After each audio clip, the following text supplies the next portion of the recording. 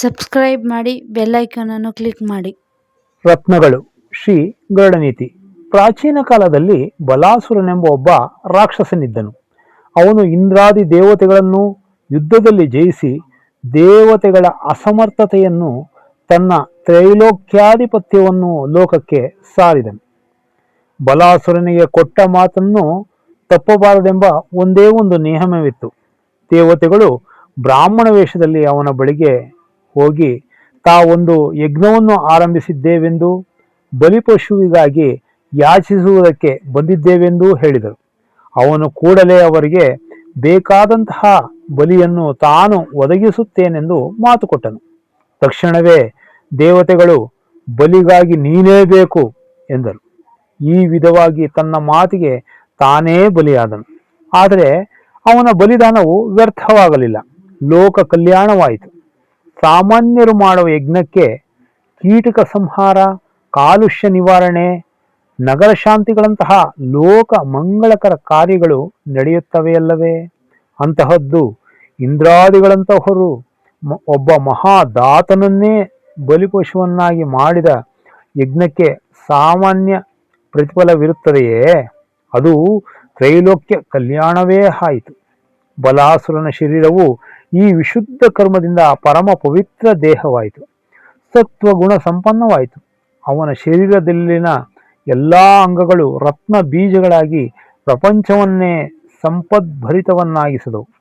ದೇವತೆಗಳು, ಯಕ್ಷರು, ಸಿದ್ಧರು, ನಾಗರು ಆ ಬಲಾಸುರನ ಶರೀರವನ್ನು ಆಕಾಶ ಮಾರ್ಗದಲ್ಲಿ ತೆಗೆದುಕೊಂಡು ಹೋಗುತ್ತಿದ್ದರು. ಆ ಯಾತ್ರಾ ವೇಗದಿಂದ ಅವನ ಶರೀರವು ತನ್ನಷ್ಟಕ್ಕೆ ತಾನಾಗಿಯೇ ಚೂರು ಚೂರುಗಳಾಗಿ ಪೃಥ್ವಿಯ ಮೇಲೆ ಅಲ್ಲಲ್ಲಿ ಬಿದ್ದವು. ಸಮುದ್ರದಲ್ಲಿ, ನದಿಗಳಲ್ಲಿ, ಪರ್ವತಗಳಲ್ಲಿ, ವನಗಳಲ್ಲಿ, ಮೈದಾನಗಳಲ್ಲಿ ಎಲ್ಲೆಲ್ಲಿ ಅತ್ಯಲ್ಪ ಪರಿಮಾಣವಾದ ಆ ಮಹಾದಾತನ ಶರೀರಗಳು ಬಿದ್ದಿವೆಯೋ ಅಂತಹ ಕಡೆಗಳಲ್ಲಿ ರತ್ನಗಳ ಗಣಿಗಳು ಏರ್ಪಟ್ಟಿವೆ. ಅವುಗಳಿಂದ ಹೊರಗೆ ತೆಗೆಯಲ್ಪಟ್ಟ ರತ್ನಗಳಿಗೂ ವಜ್ರಗಳಿಗೂ ಅದ್ಭುತ ಶಕ್ತಿಗಳಿವೆ ಎಂಬುದನ್ನು ಕಂಡುಕೊಳ್ಳಲಾಗಿದೆ. ರತ್ನಗಳಲ್ಲಿ ವಜ್ರ, ಮುಕ್ತಿಮಣಿ, ಪದ್ಮರಾಗ, ಮರಕತಮಣಿ, ಇಂದ್ರನೀಲ, ವೈಡೂರ್ಯ, ಪುಷ್ಯರಾಗ, ರುಧಿರ, ಸ್ಫಟಿಕ, ಪ್ರವಾಳ ಮೊದಲಾದ ಹೆಸರುಗಳಲ್ಲಿ ಅನೇಕ ರತ್ನಗಳು ಪ್ರತ್ಯೇಕ ಲಕ್ಷಣಗಳೊಂದಿಗೆ ಪ್ರಕಾಶಿಸುತ್ತಿವೆ. ಅನೇಕ ವಿದ್ವಾಂಸರು ಈ ರತ್ನಗಳಿಗೆ ಆಯಾ ಹೆಸರುಗಳನ್ನು, ಅವುಗಳ ಲಕ್ಷಣಗಳನ್ನು, ಅವುಗಳಿಂದ ಉಂಟಾಗುವ ಫಲಗಳನ್ನು ವಿಶ್ಲೇಷಿಸಿ ನಿವೇದಿಸಿದ್ದಾರೆ. ಅವರು ಮೊದಲಿಗೆ ರತ್ನಗಳ ಆಕಾರ ಹಾಗೂ ಬಣ್ಣ, ಗುಣ, ದೋಷ, ಪರೀಕ್ಷೆ, ಮೌಲ್ಯಾದಿಗಳ ಜ್ಞಾನವನ್ನು, ತತ್ಸಂಬಂಧಿತ ಸರ್ವಶಾಸ್ತ್ರಗಳನ್ನು ಅಧ್ಯಯನ ಮಾಡಿ ಅದರ ಆಧಾರದ ಮೇಲೆ ಶುಭಾಶುಭ ಫಲಗಳನ್ನು ನಿರ್ಣಯಿಸುವರು. ಈ ಅಧ್ಯಯನವು ಸರಿಯಾಗಿಲ್ಲದೇ ಇದ್ದರೆ ಅಶುಭ ಫಲಗಳುಂಟಾಗುತ್ತವೆ. ಇಲ್ಲೊಂದು ವಿಚಿತ್ರವೇನೆಂದರೆ, ಅನ್ಯ ರತ್ನವನ್ನು ಧರಿಸಿರುವವರಿಗೆ ಅಲ್ಲದೆ ಆ ರತ್ನವನ್ನು ಧರಿಸುವಂತೆ ಸಲಹೆಯನ್ನು ಕೊಟ್ಟವರಿಗೂ ಸಹ ದುಷ್ಫಲಿತಗಳುಂಟಾಗುತ್ತದೆ. ಆದ್ದರಿಂದ ಶಾಸ್ತ್ರವನ್ನು ಸಂಕ್ಷಿಪ್ತವಾಗಿ ಓದಿದ ನಂತರವೇ ರತ್ನ ಶಾಸ್ತ್ರಜ್ಞರಾಗಬೇಕು.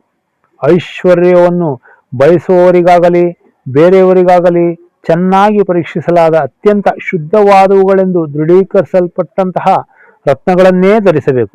ಮಹಾರಾಜರೇ ಆದರೆ ಅಂತಹ ರತ್ನಗಳನ್ನು ಸಂಗ್ರಹಿಸಿಡಬೇಕು.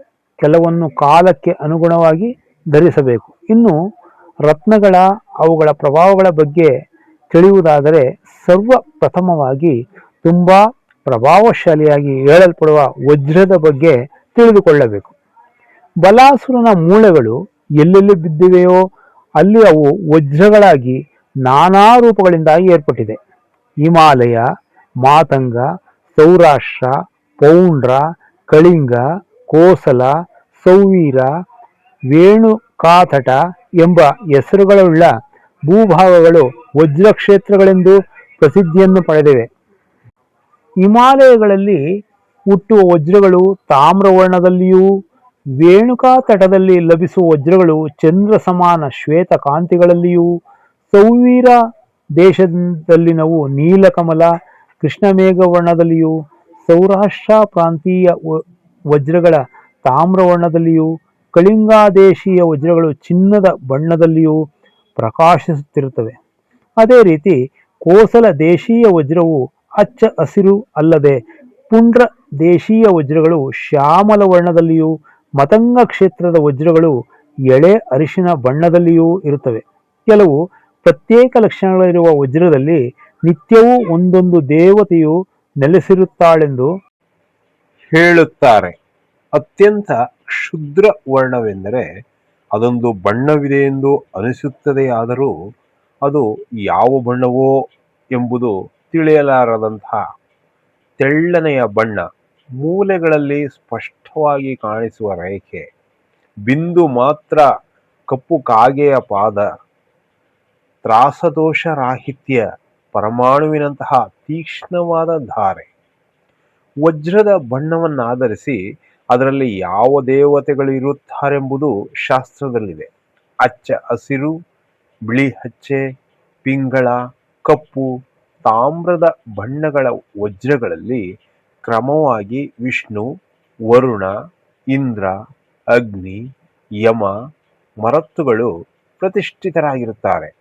ಯಾವ ಯಾವ ವರ್ಣಗಳವರಿಗೆ ಯಾವ ಯಾವ ಬಣ್ಣಗಳ ವಜ್ರಗಳು ಧರಿಸುವುದಕ್ಕೆ ಪ್ರಶಸ್ತವೋ ಎಂಬುದನ್ನು ಸಹ ಶಾಸ್ತ್ರದಲ್ಲಿ ಹೇಳಲಾಗಿದೆ. ಬ್ರಾಹ್ಮಣರಿಗೆ ಶಂಖ, ಕುಮುದ ಅಥವಾ ಸ್ಫಟಿಕ ಸಮಾನ ಶುಭ್ರವರ್ಣವಿರುವ ವಜ್ರಗಳು ಪ್ರಶಸ್ತವಾದವುಗಳು. ಕ್ಷತ್ರಿಯರು ಶಶ ಎಂದರೆ ಚಂದ್ರವರ್ಣ ಅಥವಾ ಭಬ್ರುವರ್ಣಗಳು ಅಥವಾ ಕಣ್ಣುಗುಡ್ಡೆಯ ಬಣ್ಣದಲ್ಲಿರುವ ವಜ್ರಗಳನ್ನು ಧರಿಸುವುದು ಒಳ್ಳೆಯದು. ವೈಶ್ಯರು ಕುಂಕುಮ ಅಥವಾ ಬಣ್ಣದಲ್ಲಿರುವ ವಜ್ರಗಳು ಶ್ರೇಷ್ಠ. ಮಹಾರಾಜರಿಗೆ ಮುಖ್ಯವಾಗಿ ಎರಡೂ ಬಣ್ಣಗಳ ವಜ್ರಗಳು ತುಂಬಾ ಪ್ರಶಸ್ತವೆಂದು, ಅವು ಇತರೆ ವರ್ಣದವರಿಗೆ ಅಷ್ಟು ಒಳ್ಳೆಯದಲ್ಲವೆಂದು ವಿದ್ವಾಂಸರು ಹೇಳುತ್ತಾರೆ. ಜವಾವರ್ಣ ಎಂದರೆ ಕೆಂಪು ಬಣ್ಣದಲ್ಲಿ ಒಂದು ವಿಧವಾದ ಬಣ್ಣ. ಪಗಡೆ ಸಮಾನ ರಕ್ತವರ್ಣವನ್ನು ಬೆರೆಸಿರುವ ಬಣ್ಣದಲ್ಲಿರುವ ವಜ್ರ ಅಥವಾ ಮಾವಿನ ಹಣ್ಣಿನ ರಸದಂತಹ ಅರಿಶಿನ ಬಣ್ಣದಲ್ಲಿನ ವಜ್ರವು ಮಹಾರಾಜರಿಗೆ ತುಂಬಾ ಲಾಭದಾಯಕವಾದುದು. ವರ್ಣ ಸಾಂಕರ್ಯವು ರತ್ನಗಳ ವಿಷಯದಲ್ಲಿಯೂ ಸಹ ಒಳ್ಳೆಯದಲ್ಲ, ಅದು ದುಃಖದಾಯಕ. ಬಣ್ಣವನ್ನು ನೋಡಿ ಅದಕ್ಕೆ ತೃಪ್ತಿಪಟ್ಟುಕೊಂಡು ರತ್ನ ಸಂಚಯವನ್ನು ಮಾಡಬಾರದು. ಅಂದರೆ ವಿನಾಕಾರಣ ಅವುಗಳನ್ನು ಧರಿಸಬಾರದು.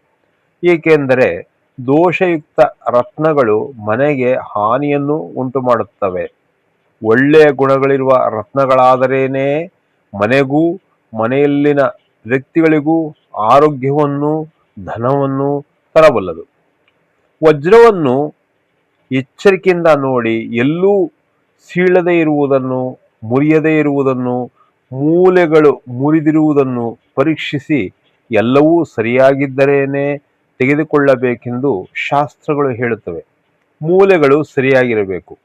ಅದನ್ನು ನೋಡುತ್ತಲೇ ಆಕರ್ಷಿತರಾಗುವಂತಿರಬೇಕು. ಗೆರೆಗಳಿರಬಾರದು. ಪುಡಿ ಬೀಳುವ ವಜ್ರವನ್ನು ಧರಿಸಿದರೆ ಸ್ವಚ್ಛಂದ ಮರಣವನ್ನು ವರವನ್ನಾಗಿ ಪಡೆಯುತ್ತಾರೆ. ಅಂದರೆ ಶೀಘ್ರವಾಗಿ ಮೃತ್ಯುವಿಗೆ ಸಿಲುಕುತ್ತಾನೆ. ವಜ್ರದ ಮಧ್ಯದಲ್ಲಿ ಬಿಂದುಗಳ ರೀತಿ ಚಿಹ್ನೆಗಳು, ನೀರಿನಂತಹ ಚುಕ್ಕೆಗಳಿರುವ ವಜ್ರವನ್ನು ಧರಿಸಿದರೆ ಇಂದ್ರನಂತಹವನೂ ಸಹ ದರಿದ್ರನಾಗುತ್ತಾನೆ. ಗಣಿಯಿಂದ ಬಂದಂತಹ ಷಟ್ಕೋನ, ಅಷ್ಟಕೋನ, ದ್ವಾದಶಕೋನ, ಪಾರ್ಶ್ವಕೋನ, ಪಾರ್ಶ್ವ, ದ್ವಾದಶ ಪಾರ್ಶ್ವ, ಷಡ್ಧಾರ, ಅಷ್ಟಧಾರ, ದ್ವಾದಶಧಾರ, ಉತ್ತುಂಗ ಸಮ, ತೀಕ್ಷ್ಣಾಗ್ರದಂತಹ ಸಹಜ ಗುಣಗಳನ್ನು ಹೊಂದಿರುತ್ತವೆ.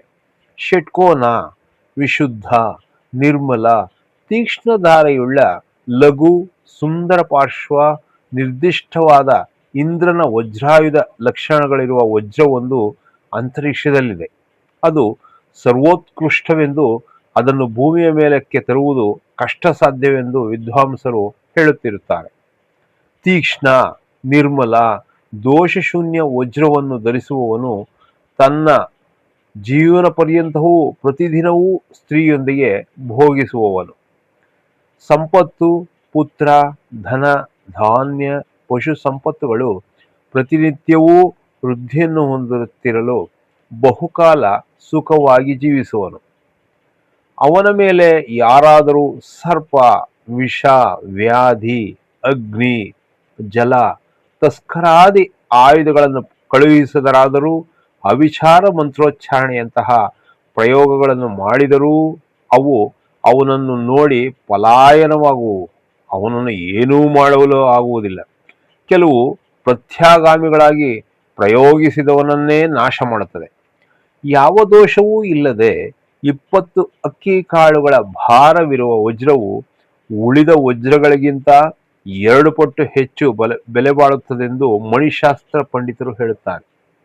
ಆ ಪರಿಮಾಣ 1/3 ಭಾಗ, 1/2 ಭಾಗ, 1/4 ಭಾಗ, 1/13 ಭಾಗ, 1/30 ಭಾಗ, 1/60 ಭಾಗ, 1/100 ಭಾಗ, 1/1000 ಭಾಗದ ವಜ್ರಗಳು.